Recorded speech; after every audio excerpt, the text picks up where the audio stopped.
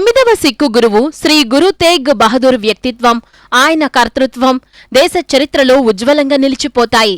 ఆయన తండ్రి గురు హరగోవింద్, తల్లి నానకి 1678 వైశాఖ కృష్ణ పంచమి నాడు గ్రెగోరియన్ క్యాలెండర్ ప్రకారం 1621 ఏప్రిల్ 1న శ్రీ గురు తేగ్ బహదూర్ జన్మించారు.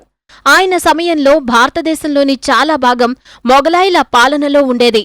ఆ పరాయి పాలనను పరిసమాప్తం చేసేందుకు పూనుకున్న వారిలో గురు తేగ్ బహదూర్ కూడా ఒకరు.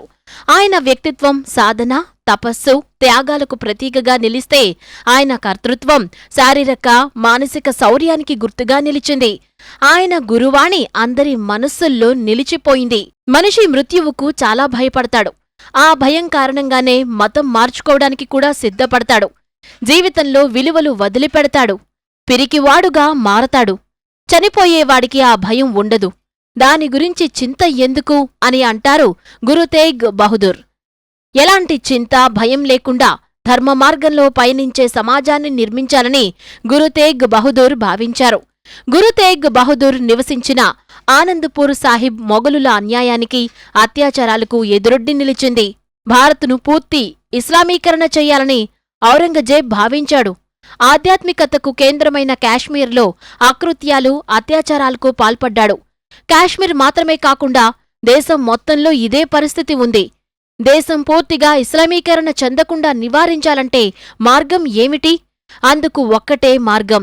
ఎవరో ఒక మహాపురుషుడు దేశం, ధర్మం కోసం ఆత్మ బలిదానం చెయ్యాలి. అలాంటి బలిదానం వల్ల కలిగే ప్రజా చైతన్యం వల్ల మొగలాయిలు భయపడతారు. ఔరంగజేబ్ సైన్యం గురు తేగ్ బహదూర్తో పాటు మరో 3 బంధించింది. అందరినీ ఢిల్లీ తీసుకొచ్చారు. అక్కడ వారిని అమానుషంగా చిత్రహింసలకు గురిచేశారు. ఇస్లాం స్వీకరించాలని భయపెట్టారు, బెదిరించారు, నానాయాతనలకు గురిచేశారు. మత గురువును చేస్తామని, భోగభాగ్యాలకు లోటు ఉండదని ఆశపెట్టారు. అయినా 3 శిష్యులతో పాటు గురు తేగ్ బహదూర్ ధర్మాన్ని వదలలేదు. ఢిల్లీ చాందనీ చౌక్లో గురు తేగ్ బహదూర్ ఎదురుగానే ఒక శిష్యుడైన భాయి మతిదాస్ను రంపంతో నిలువునా చీల్చారు. మరో శిష్యుడు భాయి దియాలాను సలసలసాగే నూనెలో వేశారు. భాయి సతిదాసును పత్తిలో మూటకట్టి దానికి నిప్పు పెట్టారు. ఈ క్రూర, అమానుష చర్యలు చూసి గురు తేగ్ బహదూర్ భయపడతారని వాళ్లు అనుకున్నారు. అన్యాయం, అత్యాచారాలకు వ్యతిరేకంగా పోరాడ్డమే ధర్మమని గురు తేగ్ బహదూర్ భావించారు. అందుకని ఆయన చెల్లించలేదు. దానితో కాజీ ఆదేశించడంతో ఒక హంతకుడు గురు తేగ్ బహదూర్ను నరికేశాడు. ఆయన ఈ ఆత్మ బలిదానంతో దేశమంతటా ఒక చైతన్యం వచ్చింది. 10వ గురువు గోవింద్ సింహ్ తన తండ్రి బలిదానాన్ని గురించి ఇలా అన్నారు: తిలక్ జంజూ రాకా ప్రభుతాకా కీనో బడో కలు మహిసాకా సాదని హోతి ఇతి జినీ కారి సీస్ ది ఆ పర్సీ నా ఉచ్రీ.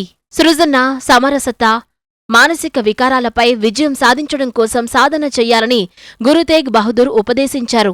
గురు తేగ్ బహదూర్ త్యాగం, శౌర్యం, బలిదానపు మార్గం మనకు చూపారు. మానవజాతి పరివర్తనశీలమైన నూతన శకంలో ప్రవేశిస్తుంది. ఈ సమయంలో ఆయన చూపిన మార్గాన్ని అనుసరిస్తూ భారతదేశాన్ని ముందుకు తీసుకువెళ్లాలి.